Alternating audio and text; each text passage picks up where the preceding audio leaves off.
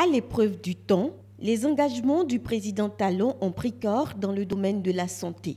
Le secteur pharmaceutique a aujourd'hui un nouveau visage après la guerre livrée contre les professionnels indélicats du médicament et autres vendeurs illicites. Au plan international, le gouvernement arrache aussi le leadership en la matière. Mesdames et messieurs, le fléau des médicaments est l'un des défis majeurs de notre génération. Et ce, toutes nations confondues, parce qu'à terme, si rien n'est fait, les maladies et les microbes invaincus et aguerris dans les pays pauvres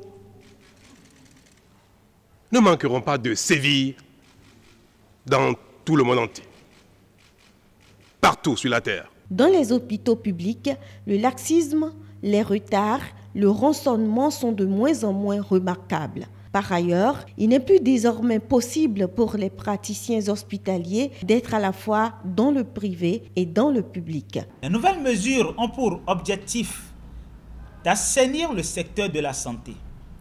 Leur mise en œuvre entraîne deux effets majeurs qui ne devraient souffrir d'aucune remise en cause. Entre-temps, la fièvre à virus Lassa a tout de même donné du fil à retordre au ministère de la Santé. Il a fallu attendre le mois de mars pour applaudir la fin de l'épidémie alors qu'elle a pris son envol en début d'année. Ceci grâce entre autres au laboratoire mobile P2 acquis par le gouvernement. Ce laboratoire P2 mobile, c'est vraiment une grande première au Bénin.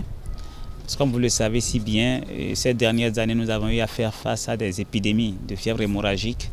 Et si vous vous rappelez très bien, lorsque ces épidémies surviennent, il faut un certain temps avant d'avoir la réponse par rapport à la confirmation de l'épidémie ou pas. Parce qu'il faut envoyer les prélèvements ailleurs. Nous envoyons ça souvent au Nigeria ou même parfois à l'extérieur de l'Afrique pour avoir la confirmation.